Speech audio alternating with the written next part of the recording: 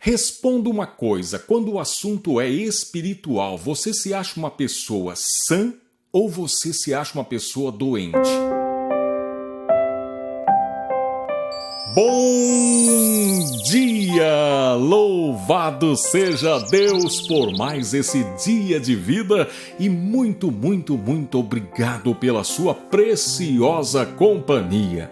Eu trago uma mensagem de Deus que pode responder a alguns questionamentos seus acerca da sua condição espiritual. Eu gosto sempre de lembrar que quando nós conseguimos atingir uma boa condição espiritual, a nossa vida material, a nossa vida emocional, ela caminha com muito mais sucesso, com paz, com harmonia. Quando nós estamos com o espírito em paz, aliançado e conectado com Deus, todas as demais coisas vão se acertando na nossa vida. Todavia, o contrário também é verdadeiro.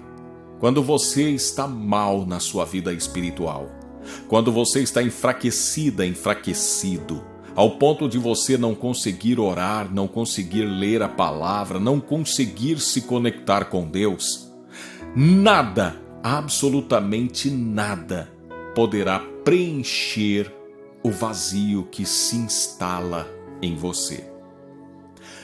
Talvez você conheça pessoas que você analisa a vida delas e percebe que elas têm tanto. Tem pessoas que a amam, têm muito dinheiro, ou têm sucesso, têm fama, mas parece que essa pessoa está constantemente esboçando um ar de tristeza. E aí você às vezes recebe notícias de pessoas que estão entrando num quadro depressivo. E o pior, às vezes você vê falar de pessoas que aparentavam ser tão felizes, terem tanto sucesso, mas decidiram pôr um fim nas suas vidas. Eu me lembro de um ator que eu assisti vários filmes dele. E é interessante que nos filmes ele sempre conseguia dar um jeito de passar a imagem de uma pessoa tão calma, tão tranquila e tão feliz. E o nome desse ator é Robbie Williams.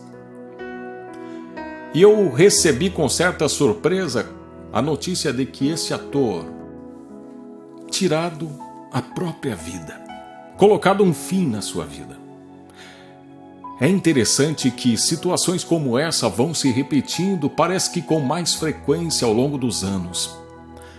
Porque muitas vezes, quando nos falta uma paz de espírito, quando muitas vezes nos falta aquilo que nos completa, parece que de fato a vida fica sem sentido.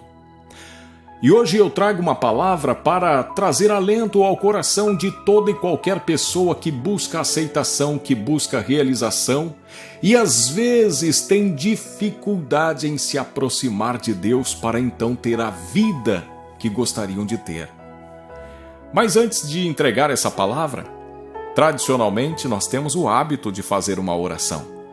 E essa oração tem gerado transformação na vida de muitas pessoas. Eu gosto de ler os comentários e percebo que há muitas pessoas dizendo que, a partir das orações, a sua vida tem mudado. A partir das orações, milagres têm acontecido, pessoas têm sido curadas, pessoas têm recebido livramento, portas estão se abrindo. Então é com base nisso, nos resultados dessa oração, que eu gostaria de agora convidar você, meu irmão, minha irmã, para deixar o seu nome aqui para esta oração. Escreva aqui nos comentários o seu nome, o nome dos seus familiares, porque esta oração tem produzido coisas extraordinárias na vida de muitas pessoas e eu gostaria que você também experimentasse disso. Então, por favor, escreva aqui agora o seu nome, o nome dos seus familiares e me permita orar por vocês. Querido Deus, Pai maravilhoso, santo e poderoso, diante de Ti agora eu apresento a vida de todas as pessoas que estão com seus nomes escritos aqui nos comentários desse vídeo. E eu peço, meu Deus, visita agora cada uma dessas pessoas, visita o seu coração, trazendo ânimo, trazendo esperança, fé, trazendo renovo.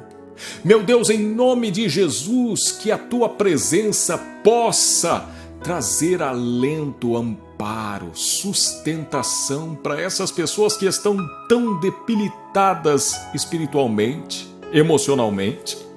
Senhor, suscita força, ânimo, esperança no coração de cada uma dessas pessoas. Estenda a tua mão para curar, sarar as feridas da alma, as dores físicas. Meu Deus, em nome de Jesus, que portas possam se abrir, trazendo oportunidade de emprego, trazendo clientes para esses comércios que estão parados, muitas vezes pessoas desanimando dos seus próprios negócios. Senhor, ajuda cada uma dessas pessoas, que portas se abram, que oportunidades apareçam, que elas possam alcançar os recursos necessários para ter uma vida próspera e feliz. Senhor, opera milagres na vida do teu povo e glorifica o teu nome nestes milagres que eu peço. Em nome de Jesus Cristo, amém. Louvado seja Deus! Já deu o seu gostei no vídeo? Aperta aí no gostei, inscreva-se no nosso canal e ative o sininho para as notificações chegarem aí no seu celular, tá bom? Que Deus te abençoe! Muito prazer, eu sou Ney Santos e é com alegria que eu trago até você, num oferecimento das livrarias Família Cristã, a palavra de hoje. Abra comigo a sua Bíblia no Evangelho segundo escreveu Marcos, capítulo 2, versículos de 15 a 17. Lá está escrito assim: Achando-se Jesus à mesa na casa de Levi, estavam juntamente com ele e com seus discípulos muitos publicanos e pecadores, porque estes eram em grande número e também o seguiam. Os escribas dos fariseus, vendo-o comer em companhia dos pecadores e publicanos, perguntavam aos discípulos dele: Por que come e bebe ele com os publicanos e pecadores?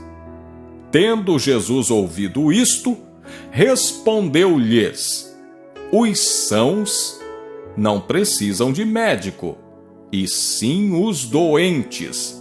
Não vim chamar justos, e sim pecadores. Essa narrativa aparece em 3 dos 4 evangelhos. Ela está em Mateus, Lucas e Marcos. Eu gosto dessa narrativa de Marcos porque, primeiro, acredita-se, segundo os historiadores, que Marcos tenha sido o primeiro evangelho que também ofereceu base para os demais. Mas Marcos nos dá um detalhe especial quando fala dos publicanos e pecadores. Ele diz que, porque estes eram em grande número e também o seguiam. E isso é algo impressionante. É algo que estava de fato gerando muita inveja nos religiosos da época de Jesus. Os escribas, os fariseus, os doutores da lei, os rabinos dessa época, eles estavam intrigados. Como é que pode? Como pode alguém que saiu lá de Nazaré, lugar onde não havia se levantado nenhum grande profeta, nenhum vulto da religiosidade, como é que pode essa massa, essas multidões seguindo o filho do carpinteiro José? Como é que pode? Como é que pode? Isso gerou inveja no coração de muitos sacerdotes, sumos sacerdotes, escribas, fariseus, gente do sinédrio. E por essa inveja tramaram a morte de Jesus. Mas é interessante que Os publicanos e pecadores são colocados aqui na mesma condição porque o publicano era aquele que cobrava impostos do povo judeu. Eles eram tidos como traidores da nação, porque eles trabalhavam para os romanos. E muitos, além de cobrar as pesadas taxas de Roma, exploravam e tiravam ainda mais dos seus compatriotas para enriquecerem. Um exemplo de um desses que enriqueceu à custa da desonestidade é Zaqueu, o publicano. Você lembra da história de Zaqueu que depois vai dizer, depois que Jesus entrou na sua casa, ele diz: se alguém tem o defraudado, restituirei 4 vezes mais. Ou seja, ele sabia que parte do enriquecimento dele era ilícito. Muito bem, mas o que eu acho interessante aqui, conforme eu disse, é essa informação de Marcos, que diz que eram muitos os publicanos e pecadores, ou seja, aquela gente de má fama estava seguindo Jesus. E isso era algo inédito. Por quê? Porque nessa época era comum você ver nas sinagogas e nos templos aqueles que eram já pessoas assim de boa fama, pessoas que conseguiam rezar na cartilha dos religiosos da época. E já essa gente publicana, gente pecadora, meretrizes, ladrões, essa gente vivia à margem da religião. Mas a Jesus, eles resolveram seguir, porque é isso que o texto diz. Também o seguiam. Não é estranho você observar que aqueles publicanos, aqueles pecadores, aquela gente de má fama que não sabia nada acerca do Messias, o seguia. Por outro lado, aqueles estudiosos religiosos, doutores da lei, que conheciam todas as profecias, as escrituras sagradas sobre o Messias, eles não conseguiram seguir Jesus. Não quiseram seguir Jesus. Uma outra coisa interessante é que os escribas, eles eram uma espécie de funcionários dos fariseus. Por quê? Porque os fariseus produziam material e que ocupavam os escribas. Os escribas eram pessoas que viviam das escritas. E eles estavam ali importunando os discípulos de Jesus para fazer média, para bajular, para buscar agradar os seus, entre aspas, patrões, os doutores da lei, aqueles que davam serviço para eles. É interessante que parece que isso não mudou muito ao longo da história, não é? Parece que à medida que o tempo passa, cresce o número de bajuladores, de gente importante, de gente influente. E em nome da bajulação, eles se transformam muitas vezes como Judas traidores.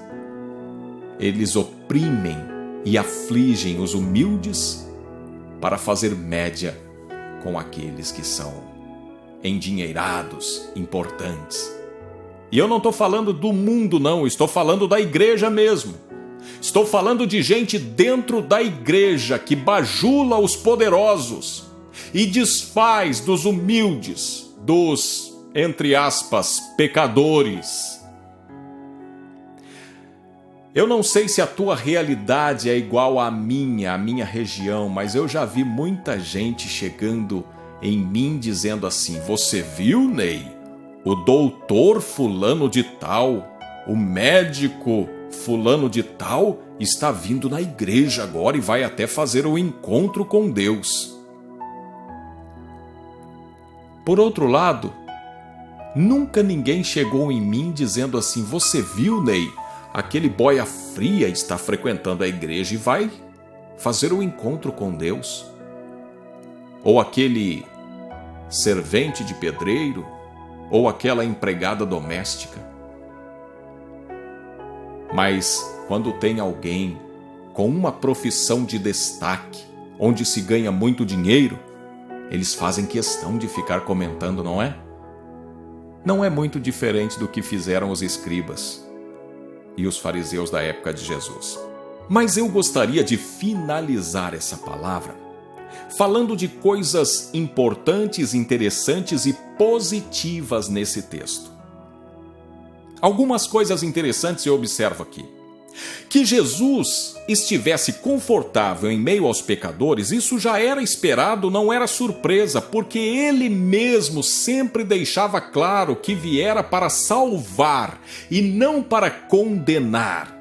Ele mesmo dizia: misericórdia quero e não sacrifícios. Então, que Jesus estivesse à vontade no meio dos publicanos e pecadores, isso até que não é nenhuma surpresa. Mas o interessante é observar que os pecadores também estavam à vontade na presença dele. A despeito da santidade de Jesus, aqueles homens ou mulheres de má fama, eles estavam ali sentados à mesa com ele. Eles não se sentiam rejeitados por ele. Isso é interessante. E é bom que a gente observe isso, porque observando isso a gente vai entender que Jesus não repele o pecador, não rejeita o pecador. Jesus rejeita o pecado. Mas Jesus abraça aqueles que são pecadores, para que assim eles consigam resistir ao pecado. É a graça e misericórdia dele que oferece condições para os pecadores fugirem do pecado. É interessante também que a crítica dos escribas certamente deve ter chegado a Jesus, mas não o abalou, não deixou Jesus preocupado, não fez com que Jesus mudasse a sua atitude como alguém que diz assim: bom, então se estão falando mal de mim, deixa eu sair daqui, deixa eu mudar a minha postura. Não, Jesus continuou tranquilo, sentado, comendo com aquela gente. Sabe por quê? Jesus não estava buscando a aprovação de homens. Jesus tinha consciência de que fora aprovado por Deus. Quando ele saiu das águas do Rio Jordão, depois de receber o batismo por João Batista, uma voz do céu clamou dizendo: este é o meu filho amado em quem me comprazo. Ele sabia quem ele era. Ele sabia que era o filho amado de Deus. E quando uma pessoa tem consciência da sua identidade, ela não fica dando importância para aquilo que falam dela, especialmente para as coisas negativas que falam dela. E por último, a fala de Jesus, quando ele diz: os sãos não precisam de médico e sim os doentes, nos encoraja a fazer uma análise, a investigar a nossa situação espiritual e ver se porventura não estamos adoecidos, se porventura não estamos com algumas feridas, algumas chagas, necessitando de remédio, porque Ele é o médico que pode nos curar. E se estamos doentes, devemos recorrer a Ele. Jesus não tem problema com pecadores doentes. Ele tem problema com aqueles que se acham puros, santos e justos pela sua santidade pessoal. Jesus, ele está de braços abertos para receber todo aquele que admite que precisa de cura, que precisa de um médico, que precisa de um Salvador. Por isso eu quero te convidar a orar, clamando pela misericórdia dele.